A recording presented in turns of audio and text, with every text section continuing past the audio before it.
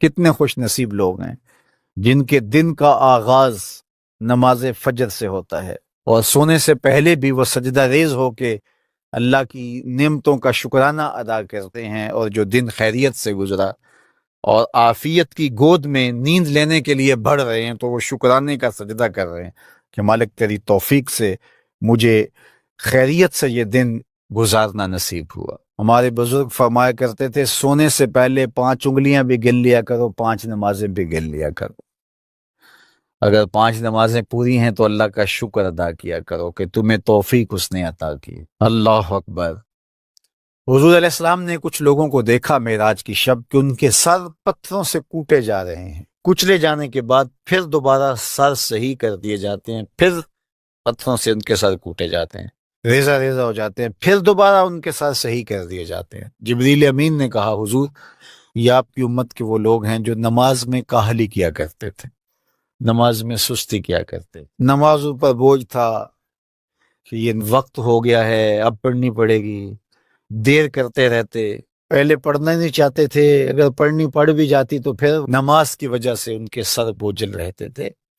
آج ان کے وہ سر کوٹے جائیں گے۔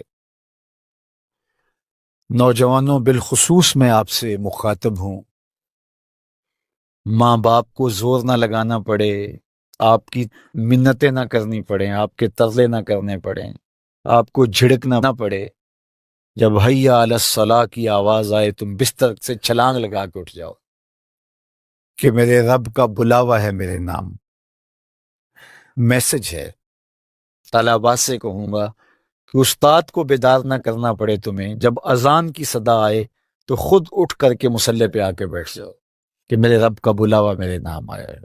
اپنے ہم عمر لوگوں سے کہوں گا طبیعت کی کمزوریوں کے باوجود رب کے بلاوے پہ مصلی پہ بیٹھ جاؤ۔ نماز کا چھٹکارا نہیں ہے، رستگاری نہیں ہے۔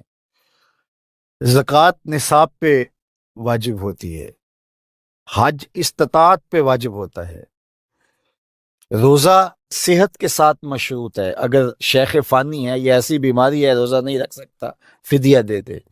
مسافر کو چھوٹ ہے، بیمار کو چھوٹ ہے کہ وہ دیگر ایام میں اس کی قضا کر لے، لیکن نماز کی چھوٹ نہیں ہے۔ بیمار ہے تب بھی پڑھے گا، صحت مند ہے تب بھی پڑھے گا، حضر میں ہے تب بھی پڑھے گا، سفر میں ہے تب بھی پڑھے گا۔ بالغ کے اوپر نماز کی کسی صورت میں بھی رخصت نہیں ہے۔ کھڑے ہو کے نہیں پڑھ سکتا بیٹھ کے پڑھ لے، بیٹھ کے نہیں پڑھ سکتا لیٹ کے پڑھ لے، اشارے سے پڑھ لے، وضو کے لیے پانی دستیاب نہیں ہے تو تیمم کر لے، حالت سفر میں ہے قصر کر لے، آدھی پڑھ لے پوری نہ پڑھے، دشمن کے مقابلے میں ہے صلاۃ الخوف کی صورت میں پڑھ لے۔ یہ نماز کا مسئلہ ہے، اتنی اہم نماز ہے۔ تو جن کے سر بوجھل رہے نماز سے، سردیوں میں ہوتا ہے اوپر نیچے نمازیں آ رہی ہوتی ہیں، ابھی عصر پڑھ کے گھر پہنچے تو پھر مغرب کی آ گئی، مغرب گھر کے پہنچے تو پھر عشاء کی آ گئی، تو کئی لوگ کہتے ہیں اے تو مولویاں نے آت چکی ایک، ابھی تو پڑھ کے آئے ہیں۔ تو کیوں شوق نہیں ہے تمہیں؟ ایک نماز کے بعد وہیں بیٹھ کے دوسری نماز کے انتظار میں مسجد میں قیام کرنے والا، اللہ اکبر، فرشتے ناز برداریاں کرتے ہیں۔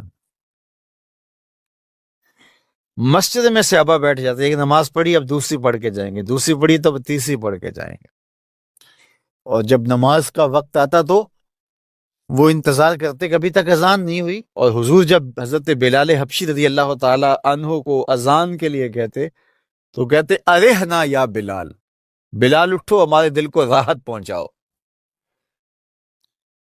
آنکھوں کی ٹھنڈک قرار دیا نا نماز کو، جعلت قرۃ عینی فی الصلاۃ، میری آنکھوں کی ٹھنڈک نماز میں رکھی گئی۔ تو یہ دل کا قرار ہے، راحت قلب محمد ہے صلی اللہ وآلہ وسلم۔ اللہ اکبر، یہ معراج کا تحفہ خاص ہے جو ہمیں نصیب ہوا۔